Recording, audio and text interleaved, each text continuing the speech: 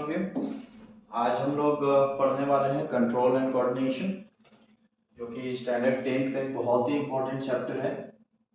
Standard 10th के students के हिसाब से कंट्रोल एंड कोऑर्डिनेशन, इससे रिलेटेड काफ़ी सारे क्वेश्चंस जो हैं वो आपके school examinations as well as board examinations में आने वाले हैं। तो आज हम लोग इसके बारे में चर्चा करने वाले हैं। कंट्रोल कोऑर्डिनेशन जो कि बायोलॉजी का एक चैप्टर है। कंट्रोल कोऑर्डिनेशन होता क्या है? What do you mean by the control and coordination? अगर हम लोग कंट्रोल एंड कोऑर्डिनेशन को समझने की कोशिश करें कि कंट्रोल कोऑर्डिनेशन है क्या, तो बेसिकली देखिए, हमारे आस पड़ोस में बहुत सारी घटनाएं हो रही हैं। हमारी बॉडी जो है वो उसी आस पड़ोस में होने वाली घटनाओं को रिस्पॉन्ड भी कर रही है, as well as at the same time body हमारे शरीर के अंदर जो भी ऑर्गेन्स हैं उसे भी रिस्पॉन्ड कर रही है। तो ये सारी चीज़ों के ऊपर एक कंट्रोल होना ज़रूरी है, और आपस में जो तालमेल वाली बात है that is called coordination. So control and coordination, अगर हम लोग देखें कि कंट्रोल कोऑर्डिनेशन एक्चुअली में है क्या, तो this is the process to handle external as well as internal activities by the system all together। यानी कि ये सभी चीजें एक साथ हो रही हैं। सारी चीजें जो हैं, सारी घटनाएं जो हैं वो सारी एक साथ हो रही हैं। जैसे सुबह आपका उठ जाना या रात को सोने जाना, दिन भर में चलने वाले बहुत सारे एक्टिविटीज, उसे रिस्पॉन्ड करना, साथ ही साथ आपके शरीर के अंदर की जो ऑर्गेन्स हैं वो भी एक तालमेल बना के रखे हैं। लाइक ट्रांसपोर्टेशन जो है पूरे बॉडी में हो रही है। डाइजेशन किसी एक पर्टिकुलर पार्ट में हो रहा है, आफ्टर दैट वहां से चीजें एब्जॉर्ब हो रही हैं और वहां से फिर चीजें ट्रांसपोर्ट भी हो रही हैं। तो शरीर के अंदर भी सारे ऑर्गेन्स मिल करके एक तालमेल बना के रखा है, दैट इज कॉल्ड कोऑर्डिनेशन। और ये सारी चीजों के ऊपर एक कंट्रोल भी बना हुआ है, और ये कंट्रोल बना हुआ है एक सिस्टम के जरिए। उसी सिस्टम का नाम हम लोग बेसिकली कंट्रोल कोऑर्डिनेशन सिस्टम रखते हैं। तो कंट्रोल कोऑर्डिनेशन जो है ये पूरा प्रोसेस है जिस सिस्टम के अंदर ये हो रहा है, that is called control and coordination system. अब ये जो कंट्रोल कोऑर्डिनेशन सिस्टम के बारे में हम बात कर रहे हैं, it is not only for human being. सभी जीवों के अंदर, चाहे वो ह्यूमन बीइंग हो, चाहे वो प्लांट्स हो, या फिर कोई अदर एनिमल्स हो, उन सभी जीवों के अंदर ये कंट्रोल कोऑर्डिनेशन प्रोसेस जो है वो जरूरी है। Otherwise without this control coordination process, जैसा कि मैं हमेशा कहता हूं कि अगर ये कंट्रोल कोऑर्डिनेशन प्रोसेस ना हो तो you are just a kind of, आप कह सकते हो कि आपकी बॉडी जो है वो जस्ट अ मॉडल है। वो फिर बाकी चीजों को रेस्पॉन्स नहीं कर पा रहा है। बाहर जो भी चीजें हो रही हैं उससे आपका जो तालमेल है ये कहीं ना कहीं कट जाएगा। तो कंट्रोल कोऑर्डिनेशन प्रोसेस जो है वो अगर देखा जाए सही मायने में तो बहुत एक जरूरी प्रोसेस है, और इसे समझना भी उतना ही ज्यादा जरूरी है हमारे लिए। तो चलिए हम लोग देखेंगे ये कंट्रोल कोऑर्डिनेशन प्रोसेस कैसे कंट्रोल होता है, कैसे ये सारी चीजें चलती हैं। देखिए, कंट्रोल कोऑर्डिनेशन जो है, कंट्रोल कोऑर्डिनेशन प्रोसेस ये बेसिकली दो सिस्टम पे ये चलता है। एक तो है नर्वस सिस्टम, जो कि हम इंसानों के लिए लागू होता है, जीवों के लिए लागू होता है। बाकी सारे जो मींस ऑर्गेनिजम्स हैं, जो बड़े कद के मॉडिफाइड लिविंग ऑर्गेनिजम्स, एनिमल्स है, उनमें ये नर्वस सिस्टम बेसिकली देखा जाता है। एज वेल एज उनमें हार्मोनल सिस्टम भी देखा जाता है, हार्मोनल सिस्टम्स भी उनमें देखा जाता है। ये दो सिस्टम के ऊपर डिपेंड करके कंट्रोल कोऑर्डिनेशन सिस्टम जो है वो चल रहा है। Nervous system and hormonal system दोनों हमारे शरीर के अंदर है। लेकिन अगर हम प्लांट के बारे में बात करें तो क्या प्लांट में नर्वस सिस्टम है? क्या कोई प्लांट में नर्व्स वगैरह जैसी चीजें हैं? नहीं। बिल्कुल नहीं। तो प्लांट में फिर कंट्रोल कोऑर्डिनेशन सिस्टम कैसे हो रहा है ना, प्लांट के अंदर कंट्रोल कोऑर्डिनेशन सिस्टम को मैनेज करने के लिए उनका हार्मोनल सिस्टम जो है वही काम कर रहा है। प्लांट के पास कुछ स्पेसिफिक हार्मोन्स होते हैं और वो उन्हीं हार्मोन के ऊपर डिपेंड करके उनकी सारी एक्टिविटीज जो है वो कंट्रोल होते हैं। वो सारे एक्टिविटीज जो है प्लांट जो भी प्लांट अपने सराउंडिंग में जो भी रिस्पॉन्ड कर रही है या बॉडी के जो भी डिफरेंट डिफरेंट एक्टिविटीज को वो मेंटेन कर रहे हैं, वो सारे हार्मोनल सिस्टम से उनके अंदर कंट्रोल होती हैं। ठीक है, तो हम लोग पार्ट वाइज चीजों को पढ़ेंगे कि कैसे ये कंट्रोल कोऑर्डिनेशन सिस्टम अलग अलग जीवों में कैसे काम कर रहा है। जैसे अगर हम बात करें नर्वस सिस्टम के बारे में, तो नर्वस सिस्टम वर्ड आते ही आपके दिमाग में सबसे पहले आएगा, अच्छा नर्वस सिस्टम मतलब तो नर्व सेल, नर्व सेल्स। तो आप सही समझ रहे हैं कि नर्वस सिस्टम बना है नर्व सेल से। नर्व सेल को इसीलिए कहा गया कि nerve cells are the unit of the nervous system. ठीक है, तो ये जो नर्वस सिस्टम है ऐसा नहीं कि सिर्फ नर्व सेल से ही ये चल रहा है, या नर्व सेल ही नर्वस सिस्टम को चला रहा है पूरी तरह से। नर्वस सिस्टम में नर्व सेल सबसे छोटा पार्ट है। ठीक है, ये बहुत ही इंपॉर्टेंट एंड बेसिक पार्ट है कि नर्वस सिस्टम का सबसे छोटा यूनिट जो है वो नर्व सेल है। अब हमारे शरीर में नर्वस सिस्टम देखिए कैसे काम कर रहा है। हमारे शरीर में नर्वस सिस्टम जो है वो बेसिकली दो हिस्से में बटा हुआ है, दो पार्ट में बटा हुआ है। क्या क्या है, पहला तो है सेंट्रल नर्वस सिस्टम,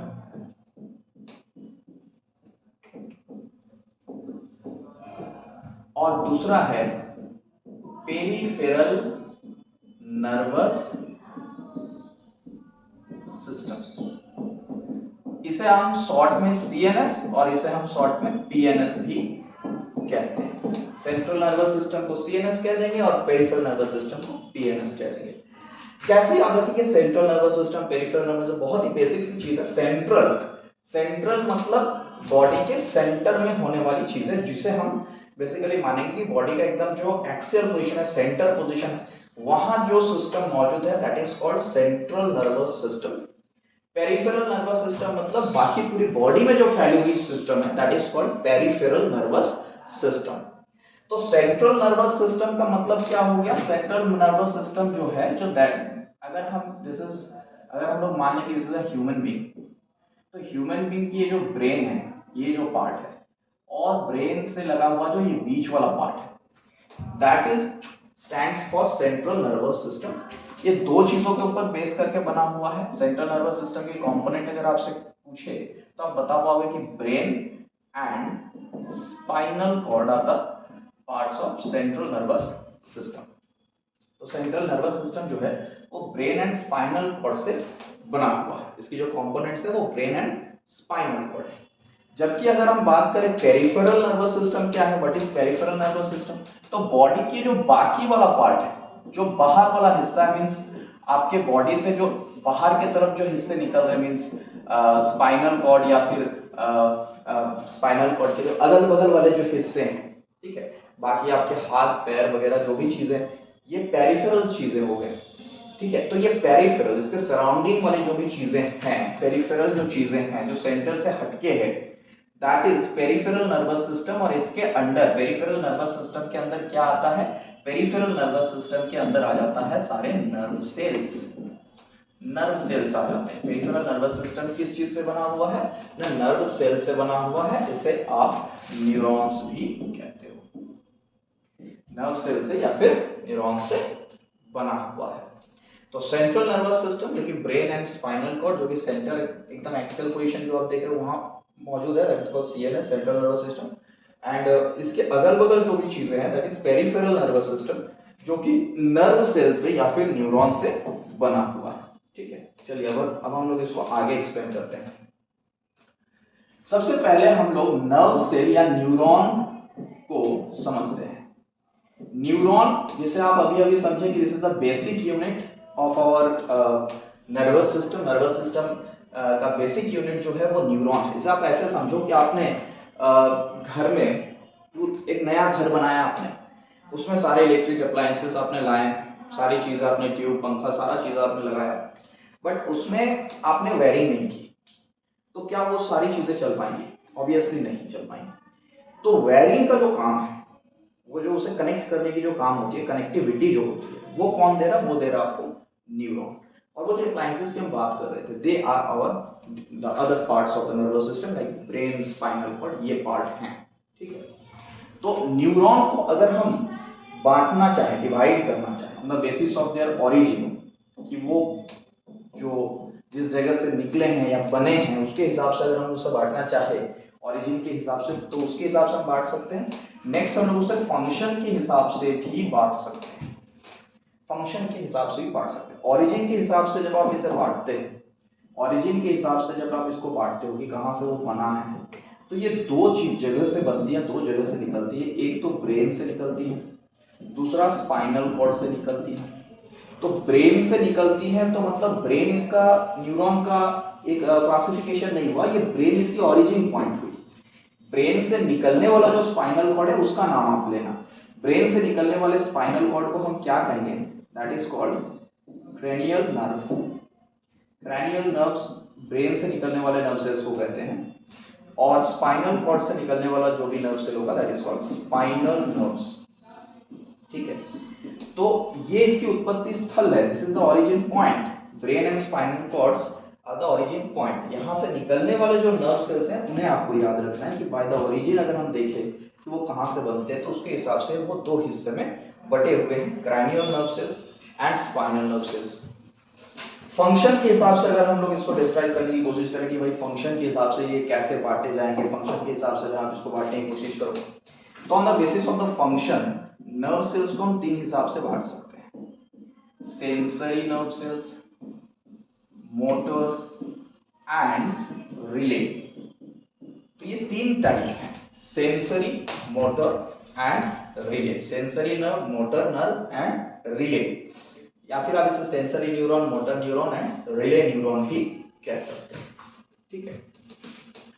तो पहले तो हम लोग कुछ बेसिक से चीजों को सीखेंगे, फिर हम इनका फंक्शन या इनकी इनसे रिलेटेड बाकी जानकारी लेंगे। तो बेसिक सी चीजें क्या हैं? पहले तो नर्व सेल्स, इसे ड्रॉ करना या इसे समझना जो है, ये इस चैप्टर की एक बहुत ही इंपॉर्टेंट पार्ट बन जाती है। अगर आपको नर्व सेल ड्रॉ करना नहीं आता है, अगर आप नर्व सेल्स के अलग अलग पार्ट को नहीं जानते हैं, तो आपके बहुत सारी दिक्कत होने वाली है। इसलिए नर्व सेल्स जो हैं उसे बनाना सीखना भी पड़ेगा और उसे समझना भी पड़ेगा कि भाई नर्व सेल्स जो हैं वो कैसे कैसे पार्ट से बने होते हैं और किस तरह से वो नर्व सेल्स जो हैं काम कर रहे हैं। अलग अलग पार्ट्स के नाम भी जानना है, एज वेल कि ये क्वेश्चंस भी आते हैं। ये आजकल तो इस तरह से क्वेश्चंस होते हैं, जब दे देंगे आपको ड्रॉ करके इस तरह से अलग अलग पार्ट्स के नाम आपको पूछेंगे। हालांकि स्टैंडर्ड 9 में आपने इसको पढ़ा भी था, तो कुछ चीज़ें आपको बिल्कुल याद होंगी और होनी भी चाहिए। चलिए हम लोग अलग अलग पार्ट्स को पहले जान लेते हैं। नर्व सेल्स की बेसिक तीन पार्ट है। क्या क्या पार्ट है इसके? पहला तो है डेंड्रॉन, आप इसको प्लूरल टर्म में डेंड्राइट भी कहते हो। साइटोन, इसकी एक और नाम सेल बॉडी भी है। तीसरा है सोमा, ये सॉरी साइटोन का, ये साइटोन को आप सोमा कह सकते हो। एंड ये पहला हो गया, ये दूसरा हो गया, तीसरा जो है दैट इज एक्शन, ठीक है, दैट इज एक्शन। तो तीन बेसिक पार्ट है, कौन से हैं? दिस इज डेंड्रॉन, ये हो गया आपका साइटोन या फिर सेल बॉडी आप कह सकते हो इसको, दिस इज एक्शन। यहां तक तो हमें पता है, लेकिन बाकी पार्ट्स के नाम भी हमें जानने हैं। साइटोन के पास एक बहुत ही पावरफुल और बहुत ही आप कह सकते हो कि प्रोमिनेंट न्यूक्लियस होता है, ठीक है। नॉर्मल न्यूक्लियस से जो बेसिकली साइज में बड़ी होती है, क्योंकि फंक्शन भी बहुत बड़ा है, बहुत ज़्यादा रिस्पॉन्सिबिलिटीज हैं, बहुत ज़्यादा फंक्शंस भी करना होता है इन्हें, तो इसीलिए इसके न्यूक्लियस की जो साइज होती है वो ज़्यादा बड़ी होती है। ऐसे भी नर्व सेल्स जो हैं वो साइज में बाकी सेल्स से थोड़े बड़े होते हैं। नर्व सेल्स, ये जो एक्सन को आप देख रहे हो, एक्सन ये जो पार्ट आप देख रहे हो, ठीक है, तो साइटोप्लाज्म वाला पार्ट यहाँ भी गया हुआ है, ठीक है। तो इसे एक्सोप्लाज्म भी कह सकते हो, न्यूरोप्लाज्म भी कह सकते हो। साइटोप्लाज्म वाला पार्ट यहाँ भी गया। तो जाहिर सी बात है कि यहाँ पे सेल मेम्ब्रेन इसे भी कवर कर रहा होगा, जैसे कि ये सेल बॉडी वाले पार्ट को कवर कर रहा है, तो सेल मेम्ब्रेन ये वाले पार्ट को भी कवर कर रहा होगा, तो बिल्कुल कवर कर रहा है। और सेल बॉडी जहाँ पे कवर कर रहा है उस पार्ट को आप कहोगे एक्सोलेमा, ठीक है। अब एक्सन के अंदर से बहुत सारे इंपॉर्टेंट इंपल्सेस पास होती है, तो इसे प्रोटेक्टेड होना काफी जरूरी है। ये अगर टूट गया तो कोऑर्डिनेशन जो है या फिर जो कम्युनिकेशन है वो ब्रेक हो जाएगी।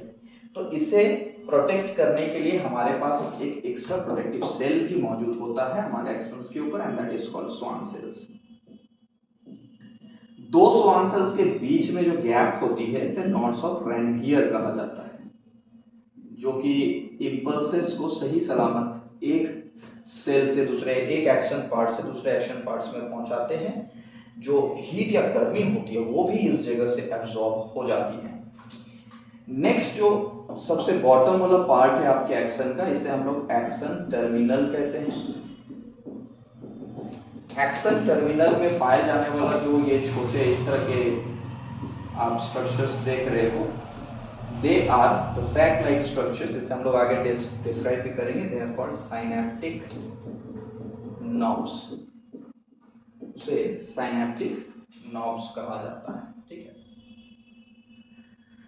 अब कोई पूछता है कि सर माइलिन सीट कहाँ होता है। देखिए माइलिन सीट जो है ये एक लेयर है, ये एक लेयर है जो आपके स्वान सेल्स के ऊपर एक्शन को बाहर से प्रोटेक्ट कर रहा है। ये माइलिन सीट कभी कभी आपके डेंड्रॉन वाले पार्ट में भी हो सकता है, but that is very often, कभी कभार ही हो सकता है। ठीक है, दैट इज वेरी ऑफन। ये सारे पार्ट्स, नर्व सेल्स के ये सारे पार्ट्स आपको याद रखना जरूरी है। हम लोग इसके फंक्शंस को भी थोड़ा देख लेंगे कि नर्व सेल्स के जो अलग अलग पार्ट हैं, फंक्शंस हैं, वो क्या क्या फंक्शंस नर्व सेल्स के सारे हिस्से करते हैं। सबसे पहले हम लोग इस डायग्राम को हटा के आते हैं इसके फंक्शंस में। डेंड्रॉन वाला part, dendron is the part that basically it receives stimuli from receptor।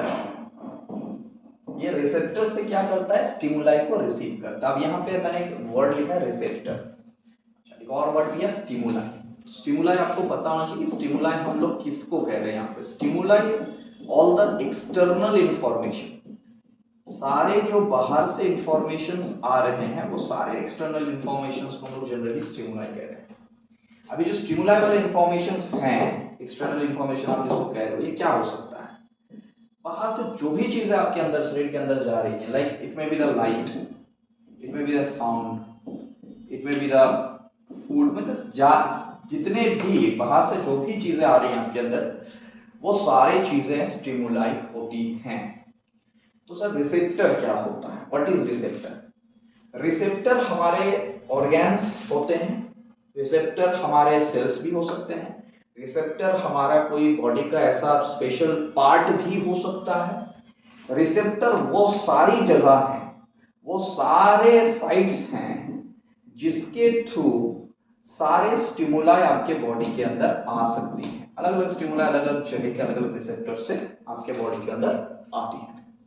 तो जनरली स्टिमुलाई जब आपके बॉडी के अंदर आती है तो वो कौन से पार्ट से आती है, किस जगह से आती है? Normally the sense organs are the way. Sense organs आपको आपने पढ़ा होगा, sense organs standard 5th 6th 11 पढ़ा होगा। सेंस ऑर्गन्स जो है वो क्या करते हैं, सेंस को शरीर के अंदर जो भी एक्सटर्नल स्टिमुलाई है उसे रिसीव करके भेजते हैं। तो ये कौन कौन है? Eyes, ears, nose, tongue and the skin. ये सारे क्या हैं, ये सारे सेंस ऑर्गन्स हैं, और इन सारे सेंस ऑर्गन्स के जरिए हम लोग सारे एक्सटर्नल इंफॉर्मेशन को अपने शरीर के अंदर लिए जा रहे हैं। अब इन्हीं सेंस ऑर्गन के पार्ट्स को, इन्हीं सेंस ऑर्गन की स्पेसिफिक साइट को, अलग अलग जगहों को हम लोग रिसेप्टर कहते हैं। तो रिसेप्टर आईज में भी होता है। आईज क्या रिसीव कर रहा है, लाइट रिसीव कर रहा है, किसी साइट को रिसीव कर रहा है। तो यहां जो रिसेप्टर होगा इसे हम लोग कहेंगे फोटो रिसेप्टर। एयर्स जो चीज रिसीव करती है दैट इज साउंड, और साउंड रिसीव होता है बाय फोनो रिसेप्टर। ठीक है, नोज स्मेल को रिसीव कर रहा है और इसे हम कहेंगे ऑल्फैक्टरी रिसेप्टर। टंग जो है वो टेस्ट को रिसीव करता है, तो यहां होता है गैस्ट्रोटरी रिसेप्टर। बात रही स्किन, तो स्किन के पास बहुत सारा फंक्शन है। ये हीट को भी रिसीव कर रहा है बाय थर्मो रिसेप्टर, ये टच को भी रिसीव कर रहा है बाय टेंगो रिसेप्टर, ये पेन एंड प्रेशर को भी रिसीव कर रहा है pen and pressure receptor.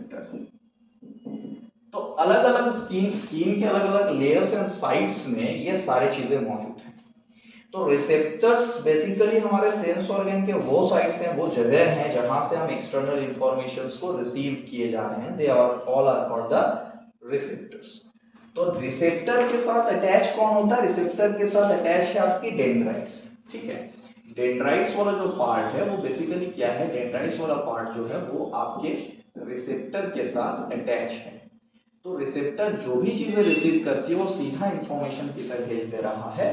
Dendron को।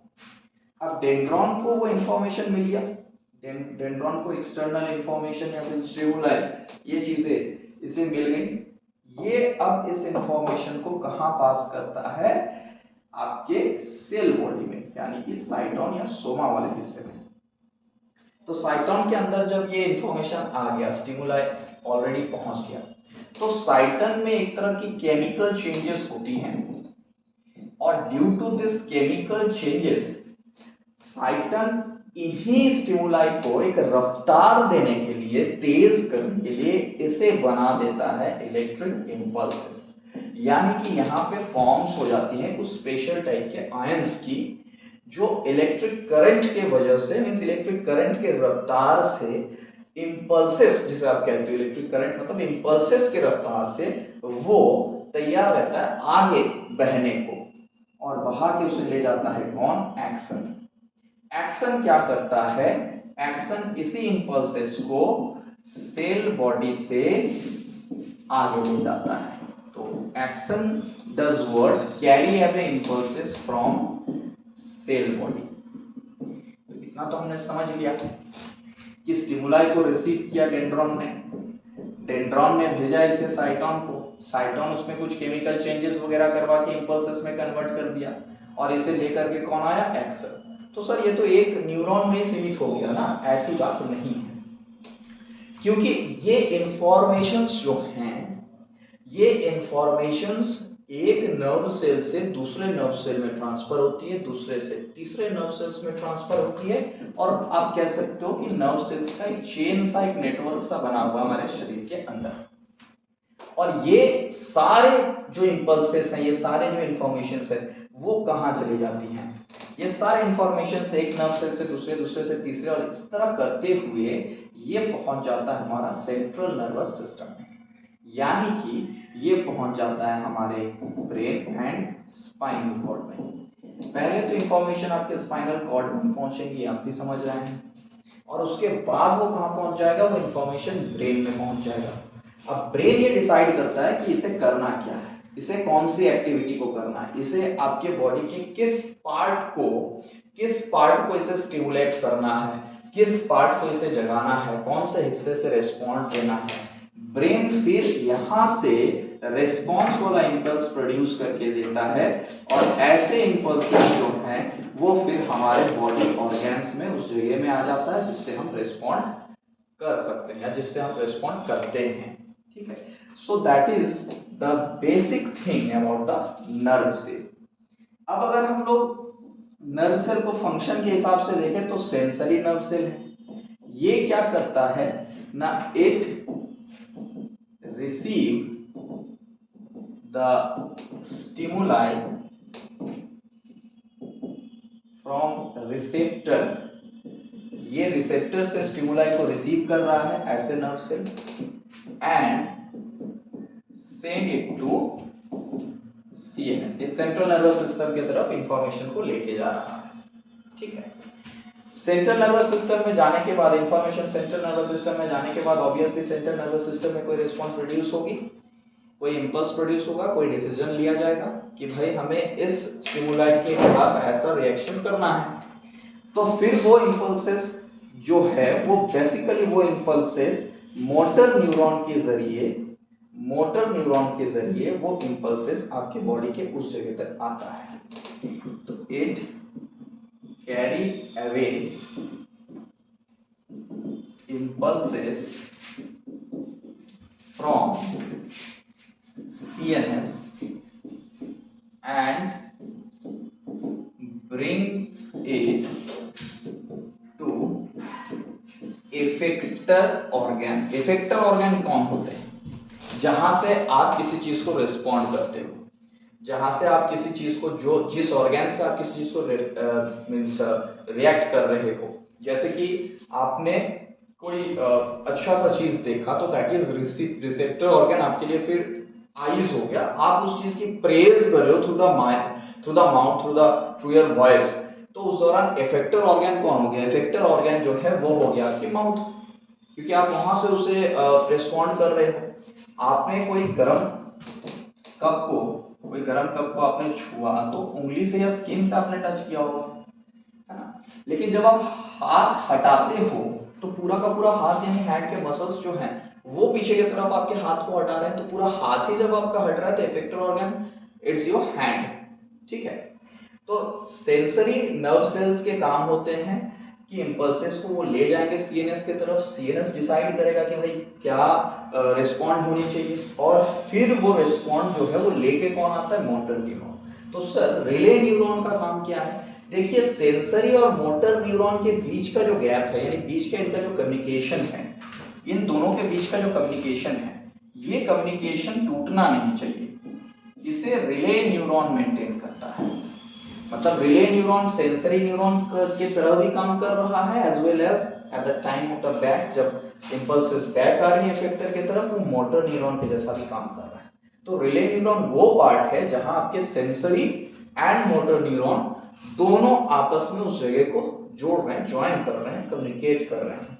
ठीक है, so this is the basic part of the nervous system. Nervous system के जो नर्व्स वाले पार्ट है, वो बेसिक पार्ट आपको मैंने यहाँ पे बताया है। ठीक है, नर्वस सिस्टम को जब आप पढ़ने जा रहे हो, समझ रहे हो, तो कुछ चीजें, छोटी छोटी चीजें जैसे कि आपको समझना बहुत जरूरी है। स्टिमुलाई, ठीक है, स्टिमुलाई क्या होता है, रिसेप्टर ऑर्गन्स क्या होते हैं, इफेक्टर ऑर्गन्स क्या होते हैं, ठीक है, ये सब चीजें समझना आपके लिए जरूरी है। नर्व सेल्स जो हैं उसके अलग अलग पार्ट्स को मैंने अभी बताया, फिर से एक बार बता देता हूँ। स्टिमुलाई मतलब सारे एक्सटर्नल इंफॉर्मेशंस। आप साउंड सुन रहे हैं तो वो भी आपके लिए स्टिमुलाई है, आप कोई लाइट को देख रहे हैं, that is also stimuli. Receptor organ जो उसे रिसीव कर रहा हो, एंड इफेक्टर ऑर्गन मतलब जहां से आप उसको रिस्पॉन्ड कर रहे हैं। सो that is called stimuli, receptor and effector. ठीक है, तो अभी के लिए फिलहाल इतना ही। हम लोग बहुत ही बेसिक सी चीजों को नर्वस सिस्टम के बारे में भी डिस्कस किए। हम लोग फिर आगे इसके बारे में और भी चीजें आगे बात करने वाले हैं, डिस्कस करेंगे। Thank you.